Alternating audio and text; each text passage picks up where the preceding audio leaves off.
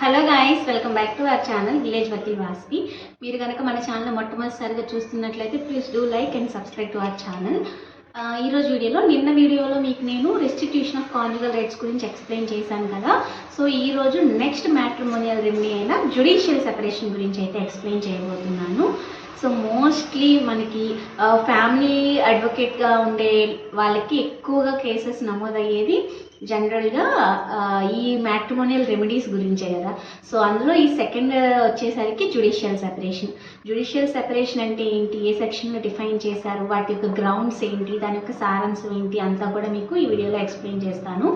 So first of all judicial separation మనకి section 10 of the Hindu marriage act 1955లో explain చేయడం జరిగింది. సో జ్యుడిషియల్ సెపరేషన్ అంటే ఏంటంటే అక్కడ మీకు నేమ్లోనే చెప్తుంది, చట్టపరంగా మనల్ని వేరు చేయడం. అలా అని ఇది డైవర్స్ కాదు. మరి డైవర్స్ కాకుండా చట్టం వేరు చేయడం ఏంటంటే చాలామందికి కలిసి బ్రతకాలని ఉండదు, అది విడిపోయేంత సమస్య కూడా అయి ఉండదు. అలాంటి సిచ్యువేషన్ అప్పుడు వాళ్ళు ఒక ట్రయల్, ఇది ఎలా అంటే ట్రయల్ ఫర్ డైవర్స్ కూడా ట్రయల్ ఉంటుందా అంటే దానికి మనం ఈ సెక్షన్నే వాడుకోవచ్చు.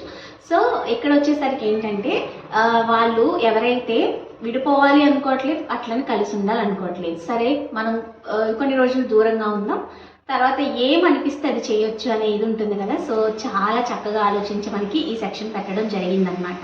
సో ఇద్దరు పార్టీస్ కనుక, సో ఎవరైనా ఒకరు వాళ్ళు అలా విడిగా ఉండాలి అనుకుంటున్నారంటే కనుక సెక్షన్ 10 ప్రకారంగా వాళ్ళు జ్యుడిషియల్ సెపరేషన్ పిటిషన్ని డిస్ట్రిక్ట్ కోర్ట్, ఫ్యామిలీ కోర్టులో ఫైల్ చేసుకోవచ్చు.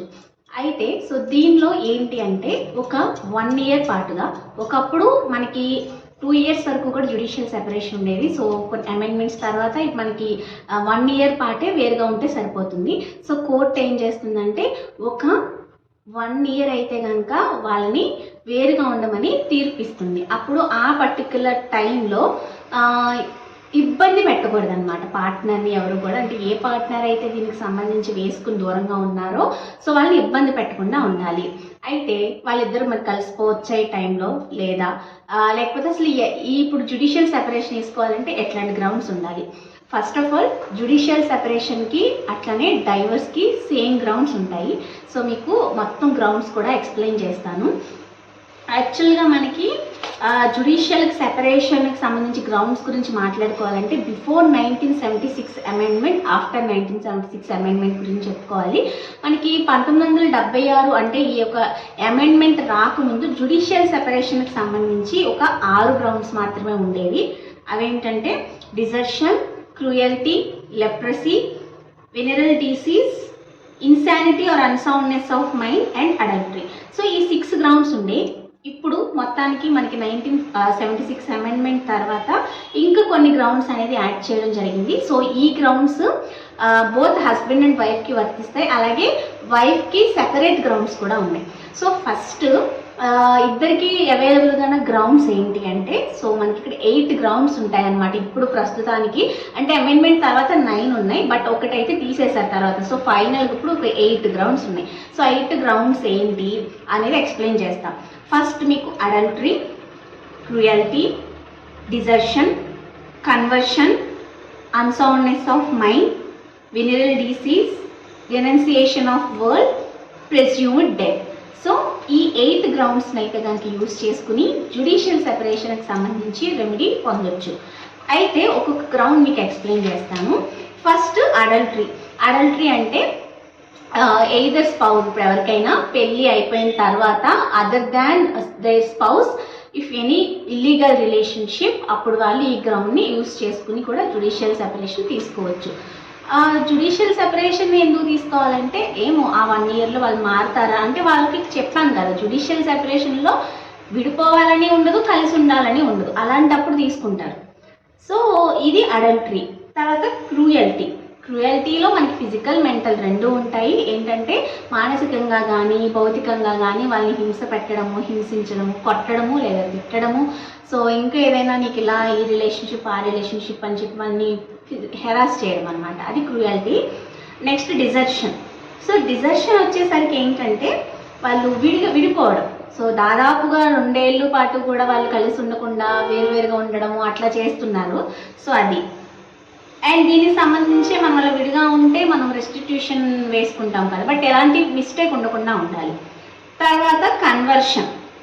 ఇప్పుడు హిందూస్ కదా, ఇది వాళ్ళు హిందూ రిలీజన్ కాకుండా ఇంకో రిలీజన్కి ఏదైనా కన్వర్ట్ అయిపోతే అప్పుడు మనం ఈ యొక్క కన్వర్షన్ గ్రౌండ్ యూస్ చేయొచ్చు. And soundness of mind next 5th one వచ్చేసరికి అంటే పిచ్చి. తర్వాత మనకి లెప్రసీ అనేది ఉండేది ఒకప్పుడు, కుష్టు వ్యాధి అంటాం కదా, సో అది తీసేశారు ఇప్పుడు మనకి. తర్వాత వెనరల్ డిసీజ్. సో ఇక్కడ వచ్చేసరికి ఏంటంటే ఇప్పుడు కమ్యూనికబుల్ డిసీజెస్ ఉంటున్నాయి కదా, లైక్ హెచ్ఐవి కానీ ఎయిడ్స్ కానివ్వండి. సో కొన్ని కమ్యూనికబుల్ డిసీజెస్ ఏమైనా ఉంటే వాళ్ళకి ఆ వ్యాధులు, సో దాన్ని యూస్ చేసుకుని కూడా వీళ్ళు తీసుకోవచ్చు. కాకపోతే ఇది ఇక్కడ అంత వర్కౌట్ అవ్వకపోవచ్చు. చెప్పాను కదా, గ్రౌండ్స్ అనేది డైవర్స్ అండ్ జ్యుడిషియల్ సెపరేషన్ రెండింటికి కలిపి నేను చెప్తున్నాను. తర్వాత రెనౌన్సియేషన్ ఆఫ్ వరల్డ్ అంటే ఒక పార్టీ సన్యాసం పుచ్చుకోవడం, దేశాలు పట్టి వెళ్ళిపోయాడు, ఇట్లాంటి మాటలు వింటూ ఉంటాం కదా, సో అది రెనౌన్సియేషన్ ఆఫ్ వరల్డ్ అనమాట. Next presumed death. జనరల్గా మనకి ఏంటంటే ఒక మనిషి 7 ఏళ్ల పాటు కనిపించకుండా వినిపించకుండా వెళ్ళిపోతే వాళ్ళని చనిపోయినట్లుగా మనం భావిస్తామన్నమాట. సో అప్పుడు దీన్ని యూజ్ చేసుకుని కూడా తీసుకోవచ్చు. నెక్స్ట్ వైఫ్కి మాత్రమే ఉన్న గ్రౌండ్స్ ఏంటనేది చూద్దాము. Bigamy, rape, sodomy or bestiality second ground. Third ground non resumption of cohabitation after decree or order of maintenance. ఇంకోటి ఆప్షన్ ఆఫ్ ప్యూబర్టీ. సో ఈ 4 గ్రౌండ్స్ ఓన్లీ వైఫ్కి మాత్రమే ఉంటాయన్నమాట. బిగమీ అంటే ఇంకా సెకండ్ మ్యారేజ్ తెలిసిందే కదా, సో అది. నెక్స్ట్ రేప్, సొడోమీ ఆర్ బెస్టియాలిటీ అంటే ఆ వ్యక్తి ఎవరైనా వేరే వాళ్ళని రేప్ చేసి ఆ కేసులో ఇరుక్కున్నా, and same sex unnatural sexes చేసిన, లేకపోతే యానిమల్స్తో సెక్షువల్ రిలేషన్స్ మెయింటైన్ చేసిన, సో ఈ గ్రౌండ్ యూస్ చేసుకోవచ్చు. అలాగే మనకి ఇక్కడ హిందూ అడాప్షన్ మెయింటెనెన్స్ యాక్ట్లో మనకి మెయింటెనెన్స్ సంబంధించి ప్రొవైడ్ చేస్తారు.